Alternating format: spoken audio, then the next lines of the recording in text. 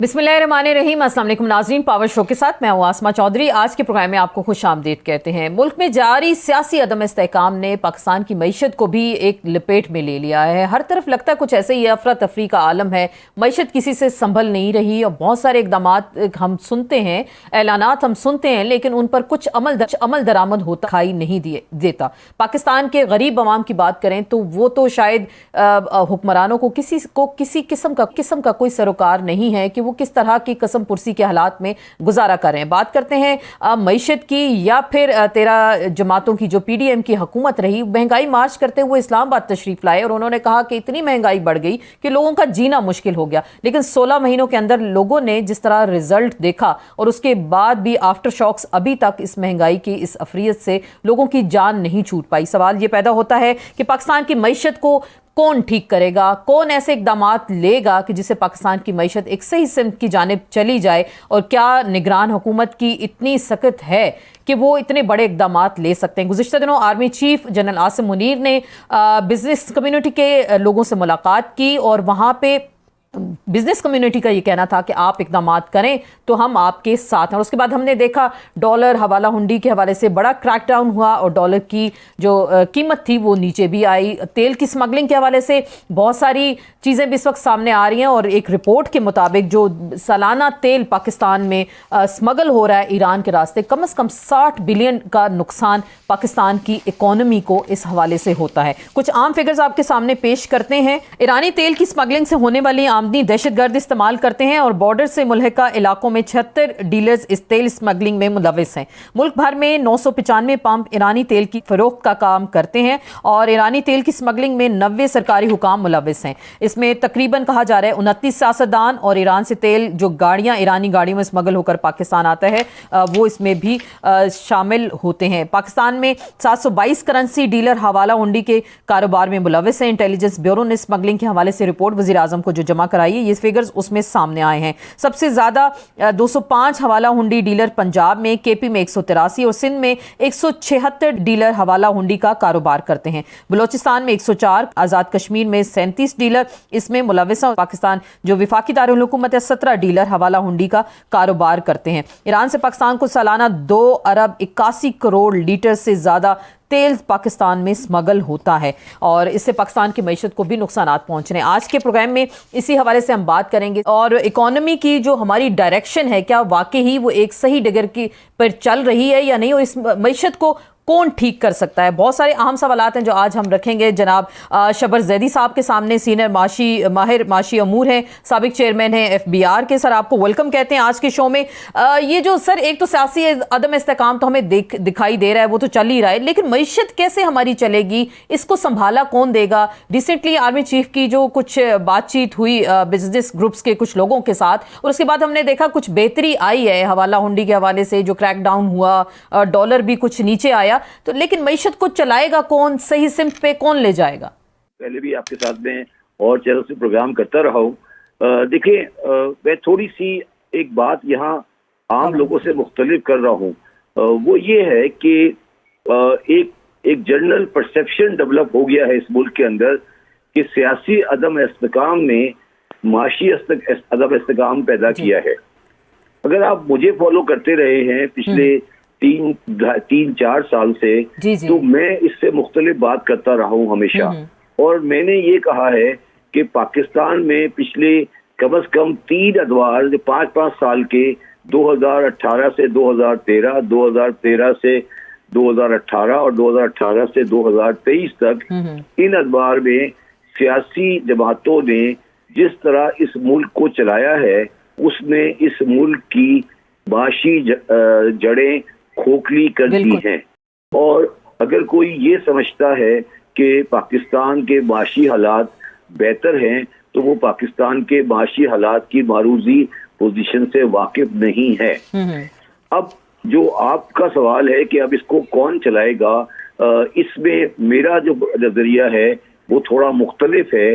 अगर हमने इन सियासी जमातों को उसी शक्ल में उसी सिस्टम के तहत ये मुल्क दोबारा हवाले कर दिया जब उनकी प्रिपरेशंस नहीं हैं और उनके जो रवैये हैं वो वही हैं जो पहले वाले हैं, तो फिर मैं आपको यकीन से कह सकता हूं कि ये मुल्क नहीं चल सकेगा। दूसरी बात, अब जहां तक सवाल है जनरल आसिम मुनीर साहब की कोशिशों का, ये भी मैं क्लैरिफाई कर दूं कि मैंने एक प्रोग्राम में बात की थी, लोग पाकिस्तान में इख्तलाफात जब बात से करते हैं तो उसको जात के इख्तलाफात पे ले जाते हैं। मेरा ये कहना है कि आपका इख्तलाफ बात से हो सकता है, जात से नहीं हो सकता। जहां तक मेरी जात, लोग मुझे बात करते हैं वो मेरी जात पे आ जाते हैं। मैं ये कहना ये चाहता हूं कि जनरल आसिम मुनीर साहब ने जो करेक्शन के स्टेप लिए हैं, ये हर गवर्नमेंट को लेने चाहिए थे। मैं भी गवर्नमेंट के अंदर रहा हूं, हमारी कमजोरी थी, हम इसको एक्सेप्ट करना चाहिए कि हमारी कमजोरी थी, हम नहीं ले सके। कोई भी लेगा तो वो सही है, ये हमें नहीं देखना चाहिए कि करने वाला कौन है, हमें ये देखना चाहिए कि स्टेप क्या है। लेकिन ये स्टेप सर लिए क्यों नहीं गए? माजी की भी आप बात करें, 2013 की 18 की आप बात करें, और आप तो इस चीज के गवाह हैं, आप इकोनॉमी पे आपकी बहुत ज्यादा खासी ग्रिप है, तो ये स्टेप्स सियासतदानों के पास मैंडेट भी होता है, तो ये स्टेप्स लिए क्यों नहीं जाते? क्या एक कोई डर खौफ होता है कि जी बिजनेस ग्रुप्स नाराज हो जाएंगे, या फिर कुछ और वीकनेसेस होती हैं इसमें हमारी? देखिए, दो बातें होती है आसमा इसमें।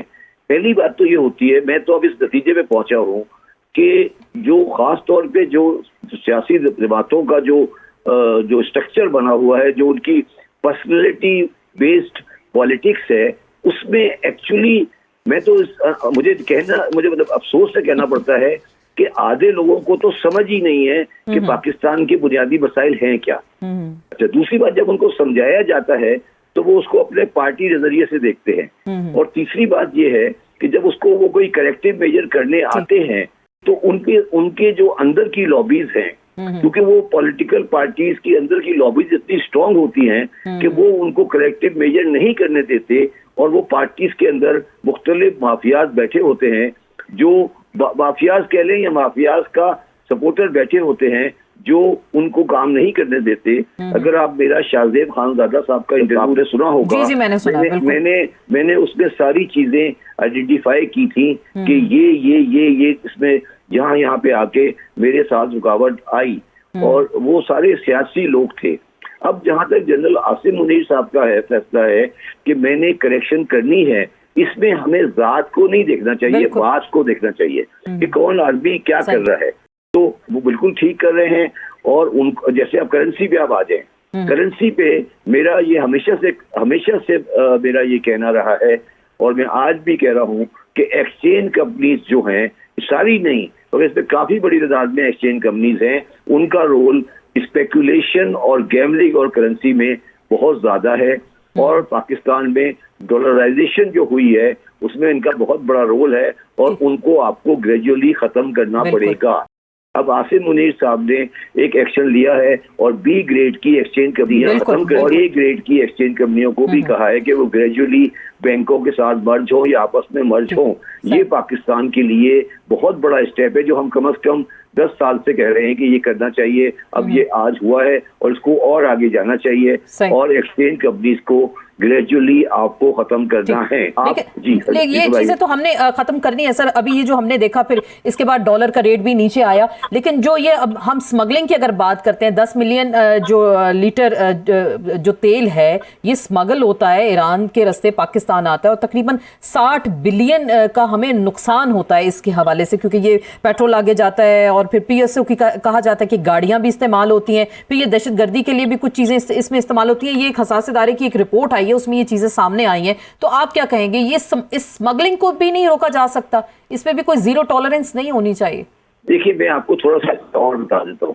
देखिए आसमा, दुनिया में स्मगलिंग को रोकने के दो तरीके होते हैं।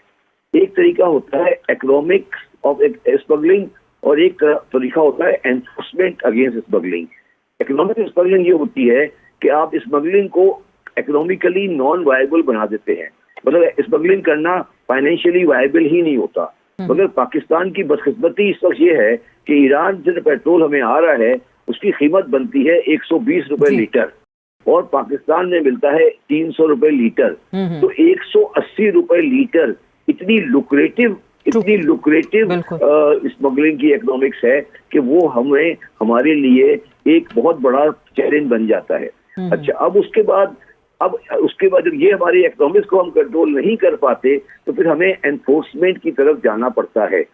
अब इसमें आपकी बात 100% दुरुस्त है कि हमें अब जीरो टॉलरेंस करनी पड़ेगी।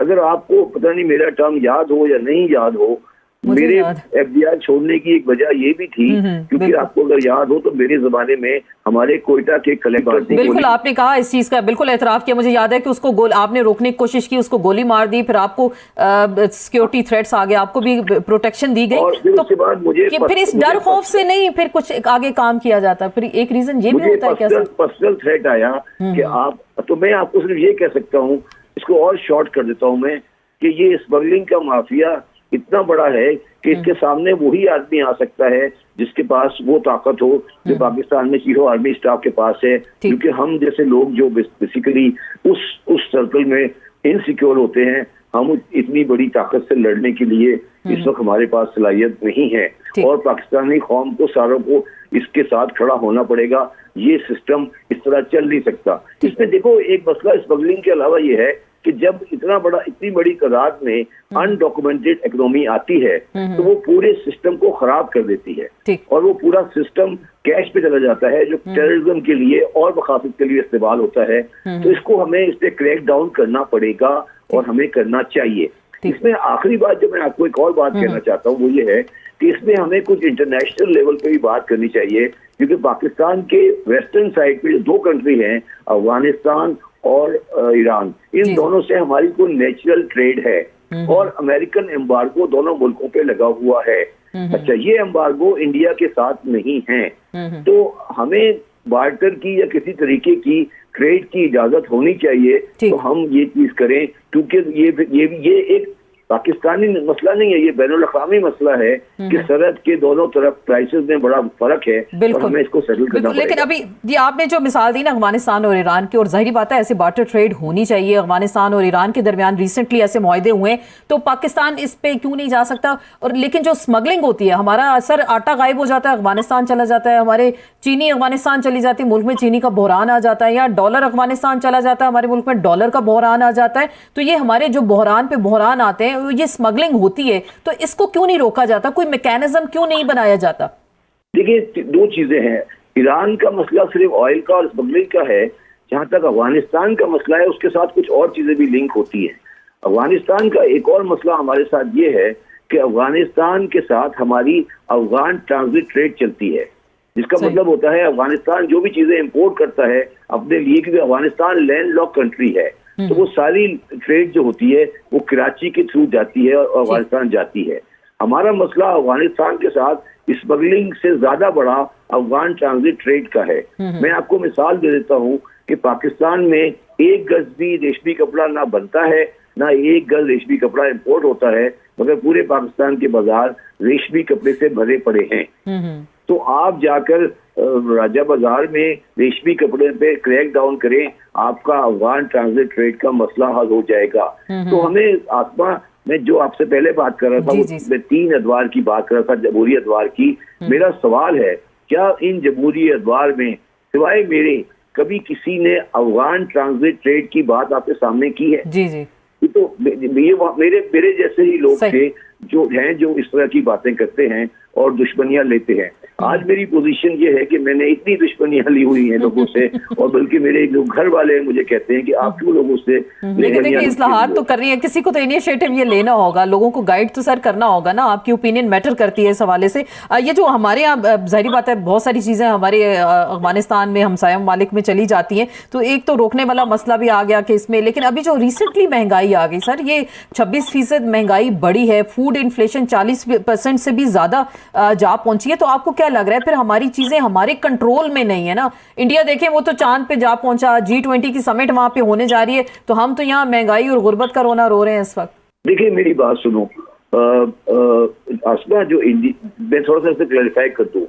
जो महंगाई हमारी है ना, मैं उसमें एक बात आपको वाजे कर दूं कि जो महंगाई है उसमें आधी महंगाई तो हमारे इकोनॉमिक फैक्टरों की वजह से है और आधी महंगाई हमारी बेईमानी की वजह से है। बेईमानी को मैं इसका एक्सप्लेन करता हूँ कि जो चीजें हम उगाते हैं, फॉर एग्जाम्पल सब्जी है, आलू है, प्याज है, टमाटर है, इसमें कोई ताल्लुक इंटरनेशनल प्राइस का या डॉलर का उस तरह नहीं होता।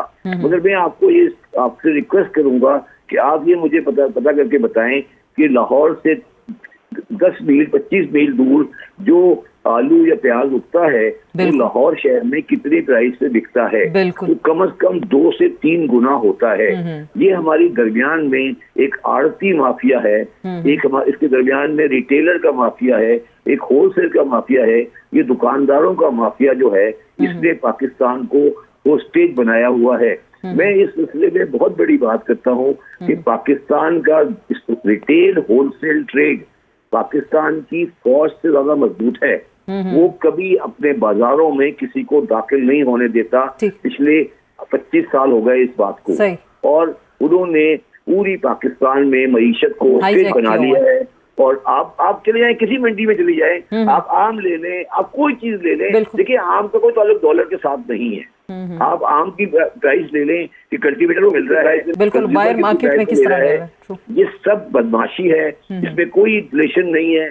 ये सिर्फ अच्छा, अब इसमें प्रॉब्लम क्या होता है आसमा, कि जो हमारी गवर्नमेंट्स हैं, जो हमारी सियासी पार्टियां हैं, उनकी हिम्मत नहीं है कि वो जाके बात करें। अच्छा, इसमें एक और बात मैं आपको कह दूं, जब हमारे लोग जाके बात करते हैं और वो कहते हैं हम बिजनेसमैनों से बात करेंगे, हम इनसे बात करेंगे, तो बिजनेसमैन जब बात करते हैं तो उनमें से 80% जो लोग होते हैं वो तिजारती उन दुकानदारों के नुमाइंदे होते हैं जो पाकिस्तान का बड़ा मसला है। वो मसले का हल नहीं है, वो तो खुद मसला है। बिल्कुल। तो आप अगर चैम्बर में जाके गुफ्तगू कर रहे हैं तो चैम्बर का क्या कंट्रीब्यूशन है इकोनॉमिक्स के अंदर? आप चैम्बर ऑफ इंडस्ट्रीज के पास जाए, आपने भी बात की ना, इंडिया में एक चीज कहलाती है, उसका नाम है CII, confederation of Indian industry. जब इंडिया वाले कोई इकोनॉमिक पॉलिसी बनाते हैं तो वो इंडिया की चैम्बर ऑफ ट्रेड के पास नहीं जाते, वो जाते हैं चैम्बर ऑफ इंडस्ट्री के। आप बताइए कि इंडिया कैसे तरक्की करेगा? अब आप अगर चैम्बर ऑफ कॉमर्स और दुकानदारों की ट्रेडर्स को कारोबारी समझते हैं या बिजनेसमैन समझते हैं, या ये एज्यूम कर रहे हैं कि ये कुछ वैल्यू ऐड कर रहे हैं इकोनॉमिक्स में, तो वही तो हमारी खराबी है। उसी वजह से हमारी पॉलिसीज इम्प्लीमेंट नहीं होती। और अगर आप मेरा टर्म याद करें तो मेरा झगड़ा ही ट्रेडर्स के साथ बिल्कुल मुझे याद है। बिल्कुल, एक तो ट्रेडर्स वाला इशू और दूसरा टैक्स वाला इशू हुआ था, तो वो उसमें भी आपने हैंड्स अप कर लिए थे कि ये बहुत बड़े माफियाज हैं जो चीजों को आगे नहीं चलने देते। तो सर अभी ये जो अभी इंडिया की आपने रिसेंटली मिसाल दी, G20 समिट वहां पे हो रही है, आपको लग रहा है देखिए बहुत बड़ी सरमायाकारी वहां होगी, इंडिया में चीजें बनाई जाएंगी, मैन्युफैक्चरिंग होगी, उनकी इंडस्ट्री वहां पे देख ले, लेकिन हमारे यहाँ ऑपोजिट सिस्टम है, यहाँ पे जो चीजें चल रही हैं, तो आपको लग रहा है खित्ते में फिर ताकत का तवाजुन या मईशत का तवाजुन तब्दील हो जाएगा? क्योंकि जारी बात है हमारे मुकाबला तो इंडिया के साथ ही है, हमारे हमसाये ममालिक हैं ये सब। देखिए आसमा, मैं एक बात और कहना चाहता हूँ कि जितना डिटेल इंटरव्यू मैं आपको दे रहा हूँ, तो मैंने अभी ये फैसला किया है कि मैं शायद 1-2 हफ्ते के लिए इंटरव्यू से परहेज करूँ, क्योंकि हमारे यहाँ लोग सही बात सुनना नहीं चाहते। जी। और नहीं, मैं आपकी बात नहीं कर रहा, मैं नहीं बिल्कुल मैं एग्री कर रही हूँ। नहीं तो अच्छा, अब मैं आपको ये बताता हूँ कि जो हमारा जो पैराडाइम है, माइंडसेट है हमारा, जो अगर आप देखिए एक बात को गौर करें कि हमारा पूरा माइंडसेट डेवलप हुआ था एंटी हिंदू और एंटी ज्यू, यही माइंडसेट है ना हमारा। बिल्कुल ठीक है ना। अगर आप दिल्ली की खमिट को गौर करें तो वो प्रो ज्यू और प्रो इंडियन है ना जी। हमें उसको एक्सेप्ट करना चाहिए ना कि वो प्रो इंडियन और प्रो ज्यू है। सवाल ये है कि क्या हमारा दुश्मन इंडिया है या हिंदुत्व है? हमारा दुश्मन इंडिया नहीं है, हमारा दुश्मन हिंदुत्व की सोच है। जो इंडिया में रेसिस्ट है वो हमारा दुश्मन है, हमारा दुश्मन इंडिया नहीं है। सोच इंसान की जो होती है वो दुश्मनी होती है, जात से दुश्मनी नहीं होती किसी चीज की। अच्छा, अब जो आप बात कर रही हैं बैलेंस की, जो आप बैलेंस की बात कर रही हैं, हर चीज के अंदर एक अपॉर्चुनिटी होती है। देखिए, अगर आप उस पूरे प्रोजेक्ट को देखें जो कल उन्होंने प्रोजेक्ट अनाउंस किया है, उस प्रोजेक्ट के अंदर उनको इंडिया से दुबई तक पानी में ले जाना पड़ेगा, ठीक है, और उनके पास पानी के अलावा कोई रास्ता नहीं है, समंदर क्रॉस करना पड़ेगा। अगर इस मैकेनिज्म में किसी तरीके से पाकिस्तान फिट हो जाता है तो इंडिया और फिर आगे वाला रूट लैंड का रूट बन जाएगा, जो कि बहुत अच्छा वायबल रूट है। तो पूरा पैराडाइम हमें चेंज करना पड़ेगा। अब मैं जो आपको बात कहने की कोशिश कर रहा हूं कि ये जो चीजें हैं जो आपने बात की, ये इस तरह की नहीं है कि मैं एक प्रोग्राम में आपसे बात कर दूं या आप बात कर लें, मगर जो सारी बात है वो ये है कि पाकिस्तान को अपनी माशी पोजीशन को देखना पड़ेगा। मगर हमारी जो पॉजिटिव पॉइंट है आसमा, वो ये है कि इंडिया जो है वो एक्यूट शॉर्टेज ऑफ इंडिया, और इंडिया के पीछे बांग्लादेश, बांग्लादेश के पीछे थाईलैंड, थाईलैंड के पीछे टिल वियतनाम तक there is a very high shortage of energy in that area. और पाकिस्तान के जो वेस्टर्न साइड है इस पर एनर्जी मौजूद है। अब अगर पाकिस्तान के थ्रू वो एनर्जी आगे जाएगी तो वो हमारे लिए एक इकोनॉमिक बेनिफिट हो सकता है और हमें अपनी चीजों को सेटल करना चाहिए। मगर we should come back to Pakistan problem. मेरा जाती व्यू ये है कि अगर ये जो SIFC के तहत काम हो रहा है या जनरल साहब जो काम कर रहे हैं, अगर ये काम हम इसी तरह कंसिस्टेंसी कर अगर हम इसके अंदर कोई करेक्शन ला सकते हैं, मैं फिर बिल्कुल गैर सियासी बात कर रहा हूँ, अगर हम कोई करेक्शन ला सकते हैं तो मुझे इस प्रोग्राम को 1 साल 2 साल करने में कोई एतराज नहीं है, और इसको हम किसी ऐसे आईनी दायरे में ला कर सकते हैं। मैं तो आगे जाऊंगा। बिल्कुल, आप आईनी दायरे की जो बात करें, मैं बिल्कुल आपका ये पॉइंट ये पिक कर रही हूँ यहीं से कि आप कह रहे हैं किसी आईनी, आपके अंदर आपका जो ख्याल शायद ये मुझे समझ आ रहा है, वो जैसे केयर टेकर जो सिस्टम की बात होती थी, टेक्नोक्रेट्स आ जाएं, 2 साल का एक ऐसा सिस्टम ले आया जो इससे माशी इस्लाहात हों और पाकिस्तान को एक सही डगर पे चलाया जाए। ये जो डिबेट काफी अरसे से हम सुन रहे थे, आप इस चीज से अग्री कर रहे हैं क्या? मैं ये कह रहा हूँ, मैं तो इससे एक स्टेज आगे जा रहा हूँ। मैं तो ये कह रहा हूँ कि आइन के अंदर हमें एक क्लॉज, हमें एक नया शिक डालना पड़ेगा। उस शिक के अंदर हम कुछ माशी पॉलिसीज को और माशी सिस्टम को आइन का हिस्सा बना दें। इसका मतलब ये है कि कोई, जैसे फॉर एग्जांपल अगर कोई इकोनॉमिक डिसीजन ले रही है कोई पार्टी और वो इकोनॉमिक के लिए ठीक है, तो दूसरी सियासी पार्टी आके उसको एतराज नहीं करे, आपने मुल्क करवा दिया। लेकिन हमारे यहाँ होता क्या है, हम क्या कर रहे हैं सारा दिन, वो PMLN वाले आए, वो सारे ये रोते रहते हैं कि PTI ने वाले आए, उन्होंने कहा सर, तो ये 75 साल से हम सुनते आ रहे हैं, ये तो हम तो 75 साल से सुनते आए हैं, फलां गवर्नमेंट है और उसका मलबा हमारे ऊपर डाल दिया, और यही जो बातें मैं ये कह रहा हूँ ना, मैं आपको ये बात कहने अगर मेरे प्रोग्राम के शुरू से आप एनालाइज करें तो ये आप देख लें कि मैं ये कह रहा हूँ कि अगर पाकिस्तान की मईशत में खराबी है और मईशत खराब है, उसमें सियासतदानों का हाथ कम से कम 80% है, बाकी इदारों का हाथ बहुत थोड़ा है। ये गलत, हमारे यहाँ एक परसेप्शन डेवलप हो गया है कि हम समझते हैं कि कुछ इदारे हमारे मुल्क को तबाह कर रहे हैं, ये गलत है। उनके बारे में आप दूसरी बात कर सकते हैं, मगर ये नहीं कह सकते माशी पॉलिसी में। मैं इससे बड़ा क्लियर हूँ कि माशी पॉलिसी के अंदर पाकिस्तान की कम से कम, मैंने 3 गवर्नमेंट का जिक्र किया, इन 3 गवर्नमेंट के किसी के हाथ माशी पॉलिसी में बंधे हुए नहीं। इन्होंने कोई करेक्शन मेजर नहीं लिया क्योंकि इनकी सोच प्रोडक्टिव नहीं थी, ये इस काबिल नहीं थे कि कर सकें, ना इनके अंदर ये सलाहियत थी कि छोटी कैबिनेट कर सकें, ना इनके अंदर ये सलाहियत थी कि डिलीवरी कर सकें। अब बदकिस्मती ये है कि हमें इन्हीं के साथ जिंदा रहना है। अब उसका नतीजा ये है, उसका इलाज ये है कि हमें कोई ऐसा सिस्टम लाना पड़ेगा कि आइन में इन्हें ये कहा जाए कि अब आपका जो जजमेंट होगा वो बिल्कुल होगा, आप एक दूसरे के अगली हुकूमत उसको छेड़ेगी नहीं। बिल्कुल सर, ये मुझे जरा इस पे थोड़ा मुख्तसरन जरा रोशनी डालें कि जो 3.5 साल की गवर्नमेंट थी PTI की, और ये 16 महीने में जो तूफान आया, तो इसका जिम्मेदार कौन है? क्या इनसे मईशत नहीं संभली? ये तो महंगाई मार्च करने आए थे और डॉलर 180 था, 170 था, और उसके बाद 300 से भी ऊपर क्रॉस कर गया। तो ये जिम्मेदारी फिर ये जो PDM की जमातें इनके गले में पड़ेगी क्या? इलेक्शंस तो करीब हैं इस वक्त। देखो आसमा, जब मैंने 16 दिसंबर 2021 को ये कहा था कि पाकिस्तान एक बैंकरप्ट कंट्री है, उस वक्त इमरान खान की मजबूत गवर्नमेंट थी, ठीक है, आपको याद है?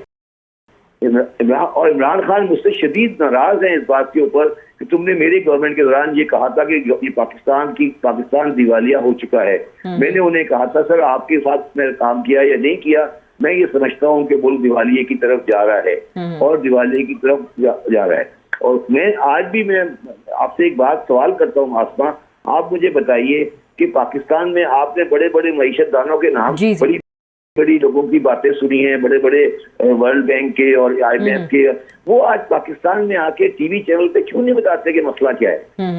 आप मेरे जैसे नलायक नहीं, आप सब नलायक नहीं, आप माशाल्लाह इतने ज़हीन हैं, आपकी तो ग्रिप है।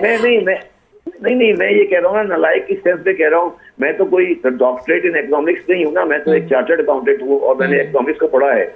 मैं आपसे ये पूछ रहा हूँ कि वो जो सारा दिन बैठ के जो बड़े बड़े इकोनॉमिस्ट हैं, बड़ी बड़ी लम्स हैं, IBA हैं, यूनिवर्सिटियां हैं, वो जो मिनिस्ट्रियां कबूल करते हैं, वो आके ये क्यों नहीं बताते कि इलाज क्या है? देखिए यही तो हमारी मुनाफत है ना। और जब उन्होंने ये देखा था कि पाकिस्तान तबाही की तरफ जा रहा है, तो उन्होंने क्यों नहीं कहा कि पाकिस्तान तबाही की तरफ जा रहा है? मसला ये है ना आसमा कि कौन कितना सच बोलेगा और उस सच बोलने का क्या निकलेगा। तो इसका मतलब हमारे अंदर ये डर खौफ है, अवाम के साथ हम लोग मुखलिस नहीं है। तो ये जो सर मईशत की बातें होती हैं, अभी जो 5000 के नोट के हवाले से कुछ अफवाह थी मार्केट के अंदर के जी उठाया जा रहा है, और इंडिया में भी ऐसे तजुर्बा हुआ, मुझे याद है बांग्लादेश में भी कुछ इस तरह का सेटअप किया गया। तो इसके कुछ फवायद होते हैं जब आप ऐसी कोई अफवाह भी उड़ा दी जाती है और लोग फिर फेंकते हैं मार्केट में बड़ा नोट? देखिए 5000 के नोट के बारे में मेरा बड़ा क्लियर पोजीशन है बहुत अरसे से, और मेरा ये मेरी इसको साथ को तीन चीजों को मिला के चले। देखिए 5000 का नोट, डॉलर और सोना, ये इलीगल करप्ट मनी को पाक करने का सबसे अच्छा रास्ता है। अगर आपके पास हराम की कमाई है और आपको उसको सेव करना है, तो आप उसके 5000 का नोट ले लेते हैं या सोना ले लेते हैं या डॉलर ले लेते हैं, और ये तीनों चीजें आप सेव कर लेते हैं। पहला 5000 का नोट होता है, फिर सोना होता है, फिर आपका डॉलर होता है। मेरा ये कहना है कि आपको बिल्कुल अनाउंस पॉलिसी के तहत, ये नहीं कि किसी जल्दी इंडिया ने विदाउट अनाउंसमेंट की थी। हम ये कह रहे हैं कि हम ये अनाउंस करेंगे कि दिसंबर 2023 के बाद 5000 का नोट माल नहीं रहेगा, जिसके पास है वो जाके बैंक में जमा करा दे। सिमिलरली हम ये कहेंगे कि डॉलर का जो नोट है वो किसी के पास काबिल इस्तेमाल नहीं रहेगा, वो एक्सचेंज कंपनी को आप नहीं बेच सकेंगे, आपको बैंक में जमा कराना पड़ेगा 30 दिसंबर के बाद। अगर आप 30 दिसंबर के बाद बैंक में लेके नहीं आए तो वो आपका कोई बायर नहीं होगा, छुपके आप बेच दें कोई बात नहीं। तीसरा, आप सोने की ट्रेड जो है वो आज पाकिस्तान में सारी स्मगलिंग की हो रही है, तो उस स्मगलिंग की ट्रेड को आप कंट्रोल करें और सोने की ट्रेड को मैनेज करें, तो लोग फिर सोना नहीं रखेंगे। देखिए मसला ये है आसमा, हम लोग मार्केट में बैठे, हमें पता है कि क्या हो रहा है इस वक्त। अब इस वक्त ये हो गया है, एक रिक्शा वाला भी $1 100 रुपए बचते हैं, वो जाके डॉलर ले लेता है, 300 रुपए का डॉलर, यार कल 350 का हो जाएगा। तो इसको हम डॉलराइजेशन, और जो लोग आपसे अभी बात कर रहे हैं, कोर कमांडर के साथ मीटिंग हुई थी SI जनरल साहब की, उसमें ये बड़े वाज़ेह अल्फाज में चीफ आर्मी साहब ने कहा था कि हम डॉलराइजेशन को खत्म करेंगे, और वो डॉलराइजेशन खत्म करने की बात बिल्कुल है सामने, और उसके कुछ हम रिजल्ट्स भी देखें।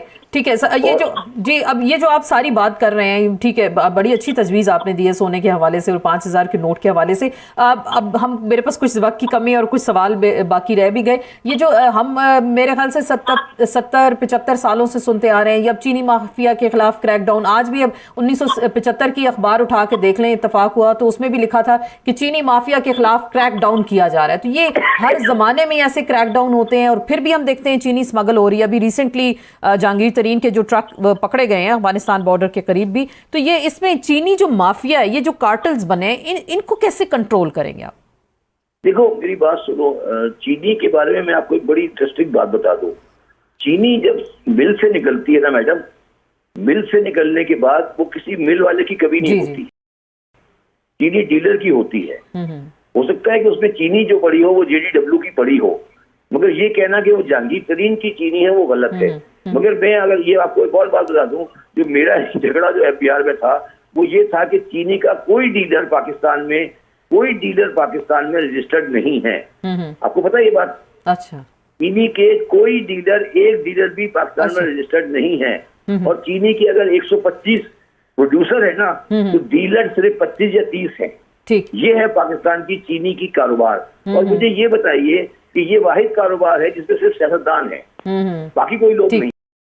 कोई वजह तो है ना कि ये क्यों है। अच्छा, इसको मैं अब आगे लेके चलता हूँ। आप मुझे बताएं कि चीनी के कारोबार में, स्टील के कारोबार में, पोल्ट्री के कारोबार में, रियल एस्टेट के कारोबार में, क्या इस काम में क्यों सियासतदान आते हैं, बाकी वो फैक्ट्रियां क्यों नहीं लगाते? बिल्कुल। आप सोचे, मैंने एक सवाल किया आपके सामने कि मैंने आपको 4 कारोबार आपके सामने रखे हैं, रियल एस्टेट, चीनी, पोल्ट्री, सरिया, टोबैको। ये वो काम है जो हमारे सियासतदान करते हैं। आप MNAs की लिस्ट उठा लें, MPs की लिस्ट उठा लें, आप देखिए उनका धंधा क्या है। सही।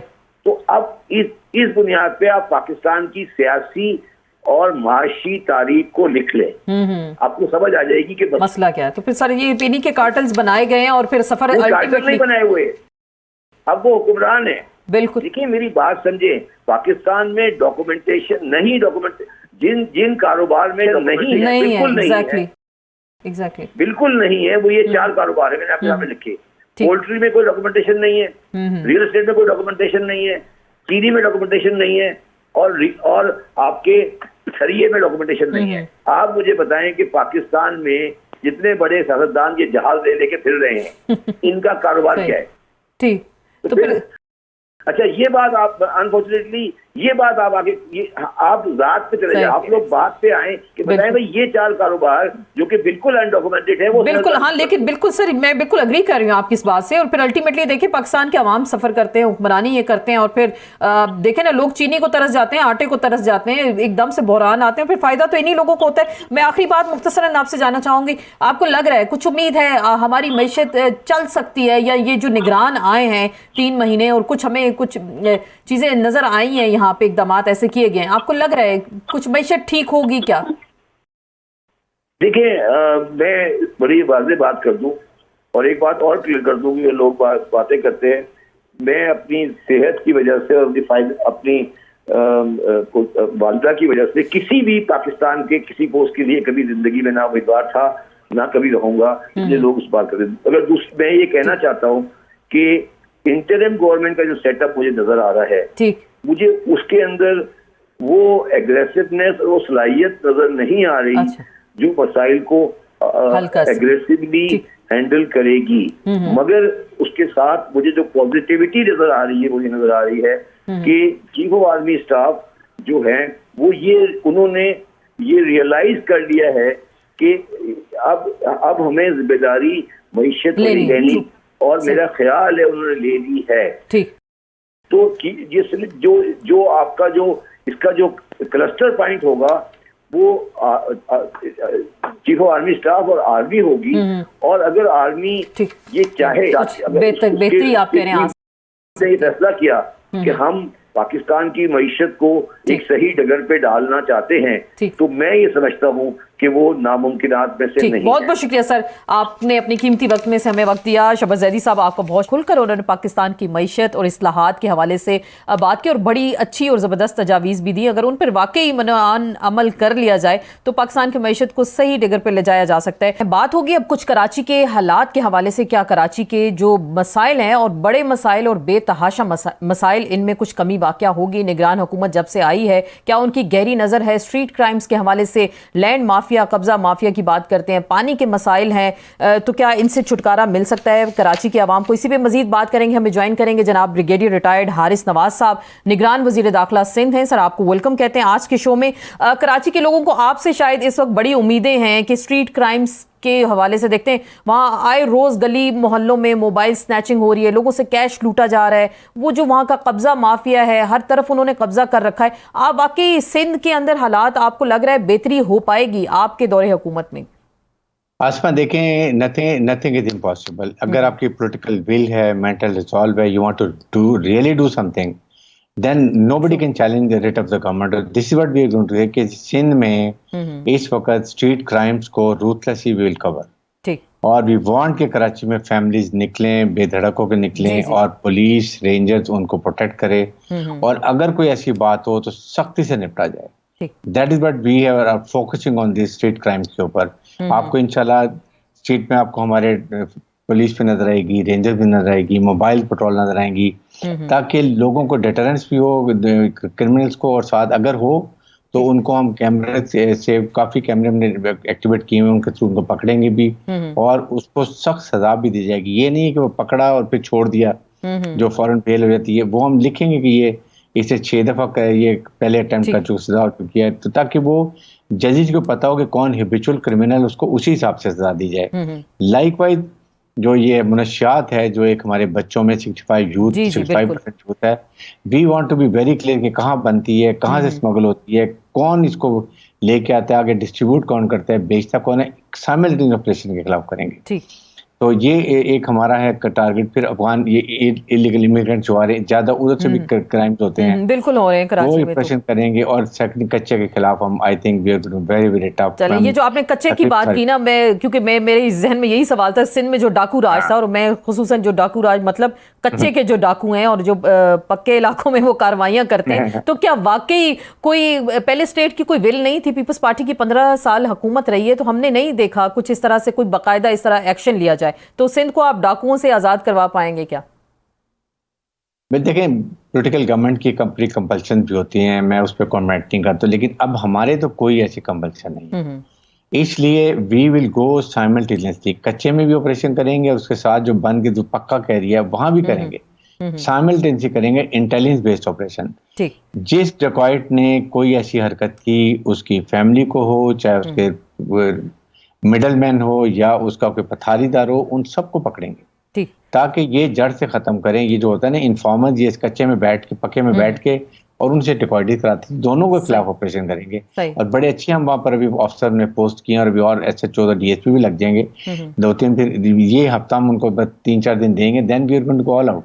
रेंजर भी साथ, रेंजर भी होगी और पुलिस मिलके काम मिलके आप कह रहे हैं काम करेंगे। सर, जो सियासी सरपरस्ती हासिल रहती है, सियासी करप्शन जो होती है, सिंध जो बिल्डिंग कंट्रोल अथॉरिटी है, वहाँ देखते हैं हमें बड़े करप्शन के केसेस नज़र आते हैं। कराची के अवाम के पानी का एक बहुत बड़ा इशू है, वाटर हाइड्रेंट्स जो बने हैं, टैंकर आप मंगवा लें वो आपको मिल जाएगा 4000 से 8000 रुपये में, टैंकर में पानी होता है, लेकिन कराची के नलकों में पानी नहीं आता। यही शिकायत तो बिलावल भुट्टो जरदारी ने शहबाज शरीफ साहब से की थी जब वो कराची आए। उन्होंने कहा जी मैं रोज़ टैंकर डलवाता हूँ। तो ये फिर किसकी नाअहली है, किसकी नाकामी है? देखें, जाहिर है ये बात तो आपके MD वाटर बोर्ड हैं, उनके साथ जो एक बहुत बड़ा माफिया भी था। MD वाटर से मेरी बात हुई है, मैं एक दिन में उनसे ब्रीफिंग लेने जा रहा हूँ। Then will go for against illegal hydrants जिन्होंने बनाए हुए हैं, वो हम खत्म करेंगे। पानी की शॉर्टेज कोई नहीं है। ओनली थिंग इज कि ये जो माफिया बना हुआ है, जो टैंकर माफिया और प्लाम माफिया, कोई रीजन नहीं है कि इतने अर्से में कराची में समुंदर पास है, अगर आप दुबई में जाएं वहाँ पे सारा रिसाइकलिंग पानी होता है, हम क्यों नहीं कर सकते? इसके लिए ज़रा कि be a very short duration, लेकिन कम से कम ये जो पानी का सिस्टम है, टैंकर और ये जो है जहाँ पानी आना चाहिए, वो हम जरूर इसको हल निकालेंगे और सख्त कार्रवाई भी करेंगे, जो इलीगल हाइड्रेंट खत्म भी करेंगे।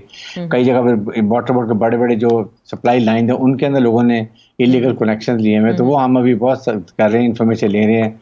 तो मैं Salahuddin is a very good officer यहाँ पर MD वाटर बोर्ड, उनसे बैठ के हम वो भी कार्रवाई करेंगे। ठीक, तो ये सर जो अफगानी हैं वहाँ पे मौजूद हैं और इलीगल हैं कराची के अंदर, और बड़े तजारती मरकज़ में भी वो बड़े छाए हुए हैं कराची के अंदर, हम देखते हैं। और जो स्ट्रीट क्राइम्स हैं मेजॉरिटी उन्हीं की होती है। तो जो आपने अभी कुछ देर पहले बात की कि आप इन पे भी कुछ क्रैकडाउन करेंगे, तो ऐसा मुमकिन हो पाएगा? क्योंकि बड़ी मेजॉरिटी के हैं, मुझे याद है माजी में भी उन पे कुछ ऑपरेशन किया जाता था, हाथ डाला जाता था, वो तो कराची को बंद ही कर देते थे, सड़कें बंद कर देते थे। तो आप कैसे इनसे निपटेंगे? अभी देखते हैं ना कि कौन सड़कें बंद करता है और कैसे करता है। सेकंड ये कि हम 2 ऑपरेशन कर रहे हैं, एक बलोचिस्तान से कराची में एंट्रीज को हम सील कर रहे हैं ताकि और इलीगल इमिग्रेंट्स ना आए। उसके बाद जो इलीगल इनके खिलाफ ऑपरेशन करेंगे, जो इनके सहूलतकार हैं, जो इनको पनाह दे रहे हैं, उनके खिलाफ भी एक्शन करेंगे, इनको रिपोर्ट करेंगे।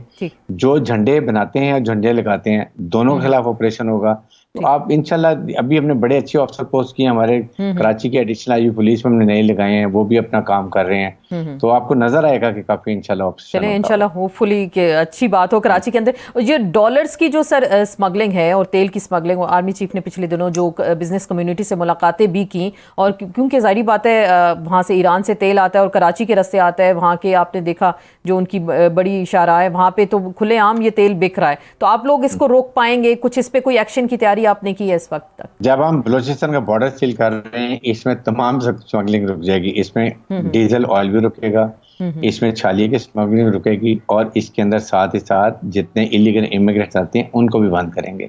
तो ये मैं खुद अभी निकल रहा हूँ, पूरे एरिया में खुद जा रहा हूँ फिरने के लिए, कच्चे में भी जा रहा हूँ, विलसी कहाँ पर नई पोस्टें बनानी है, कहाँ पर पुराने लोगों को शिफ्ट करना है, नए लोगों को लेकर आना है, ताकि जो पुराने कनेक्शन होते हैं वो ब्रेक कर लें, सिस्टम ब्रेक कर दें।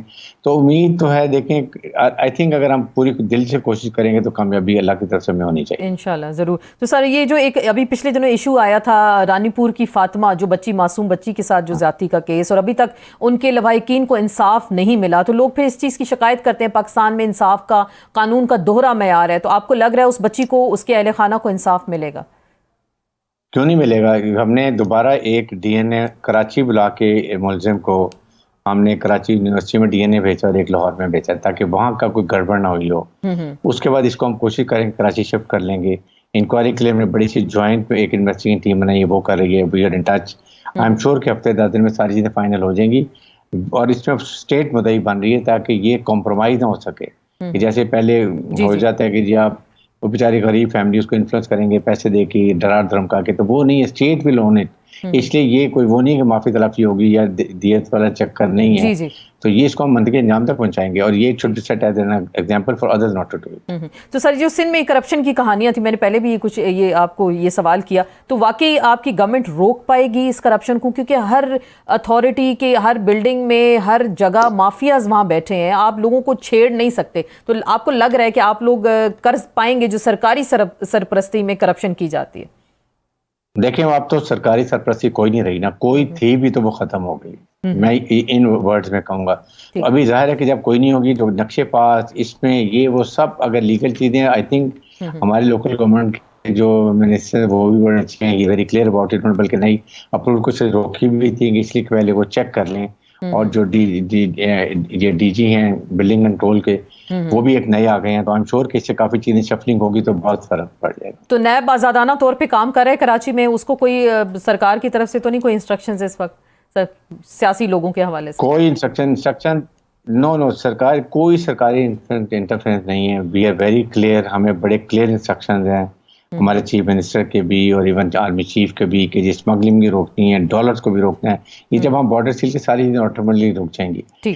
तो इसलिए क्योंकि ये इकोनॉमिक रिवाइवल चाहिए है, इस पे कोई कॉम्प्रोमाइज कोई नहीं है, we have to go for it. और business community is very happy कि हमने उनको भी, उनसे मीटिंग की चीफ ने भी, आर्मी चीफ ने भी की है, मेरी मुलाकात होती है, they are very comfortable, they want के इन्वेस्टमेंट फ्रेंडली इन्वायरमेंट होनी चाहिए, वो हम ट्राई करें, क्रिएट करें। चलें, और आखिरी बात सर आपसे जानना चाहेंगे, 90 दिन के अंदर इलेक्शंस, बड़ी डिबेट हो रही है, सियासी जमातों का मुतालबा भी है, आप निगरान हुकूमत का हिस्सा हैं, लेकिन आप जाहिर बात है आपकी एक अपनी ओपिनियन भी है, आप माशाल्लाह से एनालिस्ट भी रहे हैं, तो आप क्या समझते हैं 90 दिन के अंदर इलेक्शंस हो पाएंगे क्या?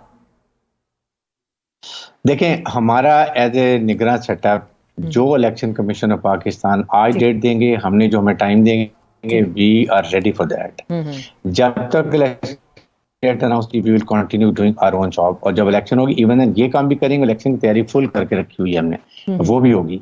वी विल ट्राई 100% के साफ शफाफ और ये इलेक्शन हो, किसी को इतराज ना हो, वो हमने उस तरह इलेक्शन करवाने हैं। डिपेंड करता है कि इलेक्शन कमीशन कब डेट देते हैं। चलें, अच्छी बात है। तो सर ये आखिरी बात, वो जो पिछले दिनों आपने मोबाइल का हवाला दिया कि आप पॉकेट के अंदर रखे, तो लोगों ने बड़ी मीम्स बनाई, तो अभी हमारे प्लेटफॉर्म से लोगों को मशवरा दे दे, कराची के लोगों को मोबाइल कहाँ रखे। देखें आसमा, देखें मैंने बड़ी क्लियर बात ये कहा था कि आपने अगर हाथ में मोबाइल पकड़ा हुआ है या फ्रंट पॉकेट में रखा हुआ है, तो वो जो स्नैचर छीन के भाग जाता है। तो मकसद ये था कि ये आप कोशिश करें कि अपनी ये साइड पॉकेट में रख ले। बाकी जब किसी ने पिस्टल रखा हुआ है ना, तो नेवर, मेरा मशवरा यही है कि कभी रेजिस्ट मत करें, don't resist. We are there कि उसको हम पकड़ के देंगे, आपको रिकवर करके देंगे। अपने बीवी बच्चों का, पेरेंट्स का ख्याल करें। वो जो क्रिमिनल होता है वो ट्रिगर हैप्पी होता है, डरा होता है।